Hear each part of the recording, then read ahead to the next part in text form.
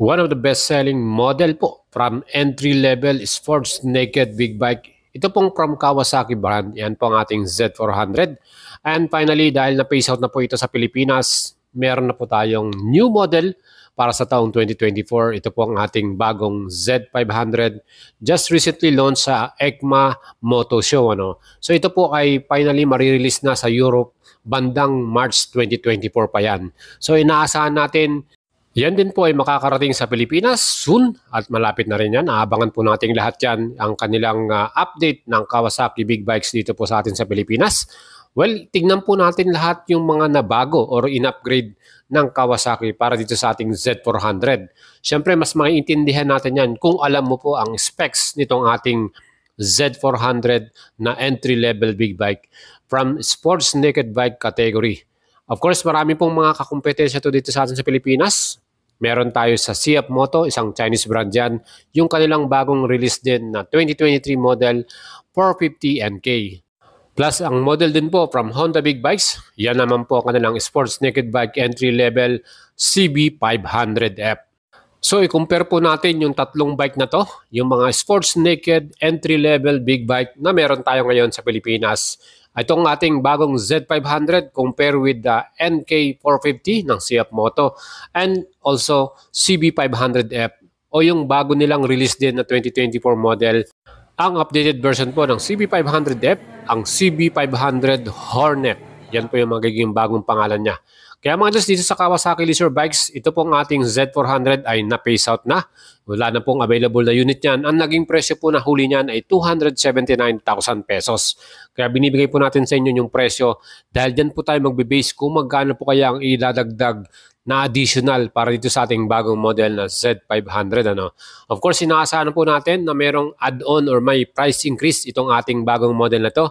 Tignan nga natin yung kanyang mga naging upgrade or update para sa kanyang mga specs and features. Of course, yung ating makina po ng Z400 ay merong 399cc displacement, parallel twin, liquid cooling po yan, 8 valves, double overhead camshaft with 6-speed transmission at meron po itong assist and slipper clutch. Yung kanyang max power, 48.9 HP at maximum torque naman ito ay 39 Newton meters.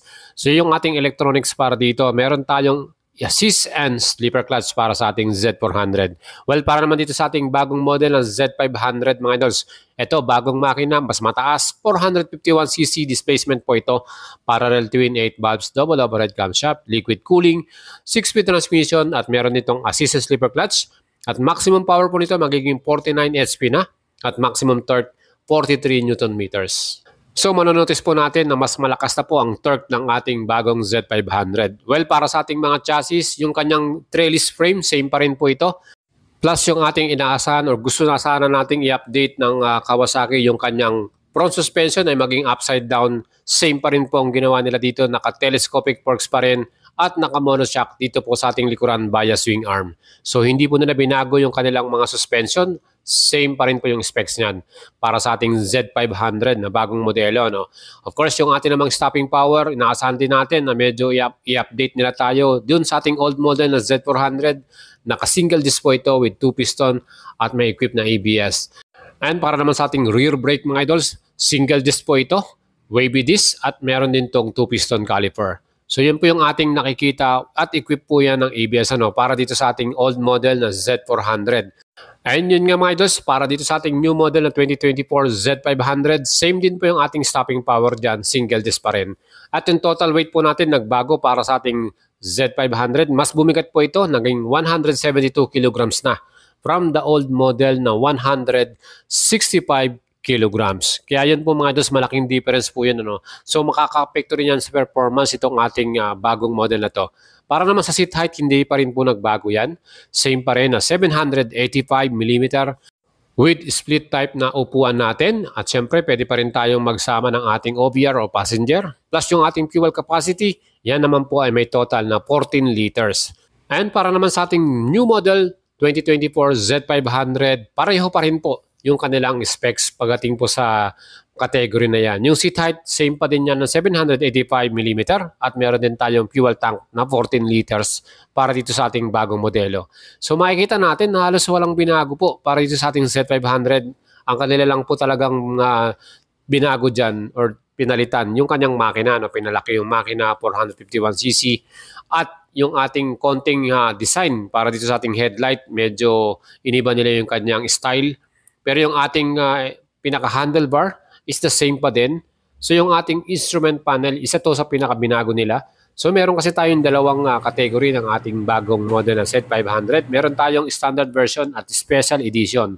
So para sa ating standard version ng Z500, yan na po ay fully digital instrument panel. From the old model na semi-digital, ngayon po ay digital na para dito sa ating standard version. Para naman sa special edition, naka full color TFT panel na po tayo dito. So yan po yung mga update na binago nila, no? Of course, yung ating mga ilaw naman, makikita nyo dito sa ating old model na Z400, naka-ordinary bulb lang yung ating signal light. Pero pagdating po dito sa ating bagong model, yan po ay LED na lahat. So wala na pong mga ordinary bulb dyan. Full LED na po ang ilaw ng ating bagong Z500. Kayo mga idols, yung ating pong tail light, binago rin nila yung kanyang design. So mas maganda at mas visible yung ating ilaw sa likuran natin.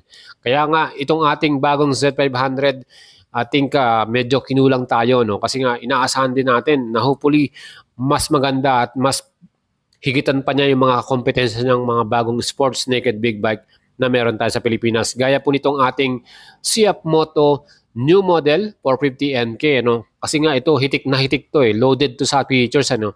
At yung inaabangan po nating upgrade sana ng Kawasaki para sa Z500 ay halos kapareho nitong ating 450NK, pero yun nga, almost the same pa rin yung ating Z500. Pero ang tingin ko dyan, kaya ginawa nilang ganun din yung mga specs. Of course, para hindi tumaas yung presyo niya.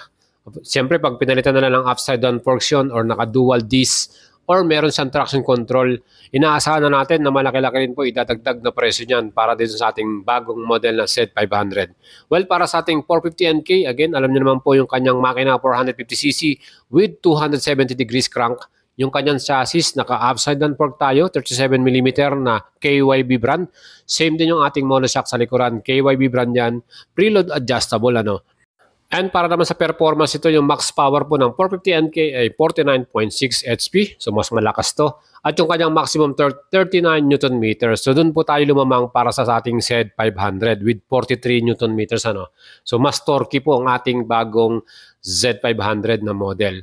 Well, para naman sa ating stopping power, single disc po pareho yung ating harap at likod para sa 450NK. At equip po ito ng ABS, anti-lock braking system. Kagandahan dito sa ating 450NK, meron po itong traction control. At ang total weight po nito ay 165 kg. So mas magaan po itong ating 450NK.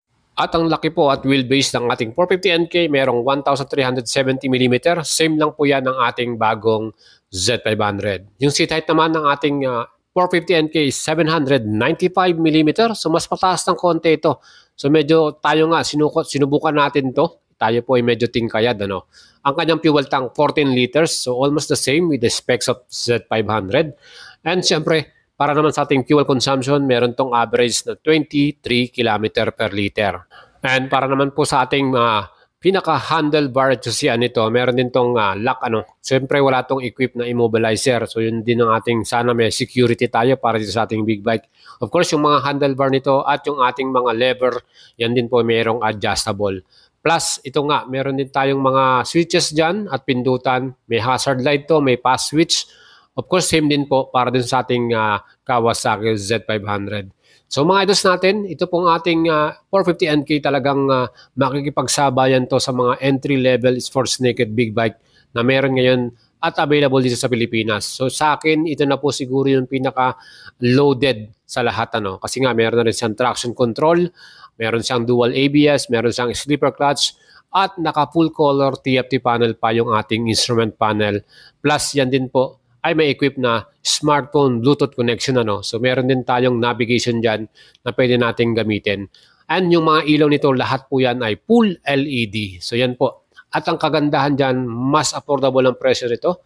262,800 pesos po yung kanyang SRP. Kaya mga idols, kayo na pong mag-decide kung maghihintay po kayo para dito sa ating Z500 na bagong model ng Kawasaki or magkukusunodaan itong ating 450NK. Siyempre itong ating Kawasaki ay meron din isa pang kakompetensya. Ito naman pong Honda Big Bikes model, CB500F, 471cc ang kanyang displacement, parallel twin, 8 valves, 6-speed transmission, meron tong sleeper clutch at meron ditong dual channel anti-lock braking system. Well, para naman sa kanyang chassis, meron tong upside down fork sa ating harapan, Showa brand po yan. Same yung ating monoshock sa likod, Showa brand din yan. Plus yung ating, and para naman sa stopping power, meron tong dual disc sa ating front at single disc naman sa ating rear brake. Mga idols, may presyo ito ng 379,000 pesos. And abangan din po natin yung kanyang updated model, yung CB500 Hornet. Yun po yung kanyang bagong pangalan. Well, ito po naka-TFT panel na rin at meron siyang traction control. So yun po yung kagandahan sa model na yan. So pwede nating makita na mas mahal pa yung presyo niyan. Again, ang ating SRP ng ating Z400 ay 279,000. Magkano po kaya idadagdag ng Kawasaki dito? Ang aking nakikitang possibility baka 20 to 30,000. So maging almost 300,000 na po ang presyo nitong ating bagong model na 2024 Z500. Hopefully, hindi naman ganun kataas yan, kamahal, mas maganda, mas affordable. Yan po yung ating feature para sa inyo mga idols. Mag-leave po kayo ng comment. Let me see yung inyong magiging thoughts and magiging pag-iisip kung ano po yung magiging mas pabor sa inyo mga idols. Ito bang bagong model na Z500 or mas gusto nyo itong ating CF Moto 450NK na loaded? Or mas prepare nyo mga Japanese brand gaya po nitong ating Honda CB 500F. Kaya mga idol, subscribe kayo sa ating channel and support nyo ako sa ating FB page, Boy Salabarria. Like and follow nyo yan. Napaka-forma rin po ng ating special edition ng Z500 na to, color red. At tingin ko magiging okay din ang magiging pagtanggap niyan dito po sa atin sa Pilipinas.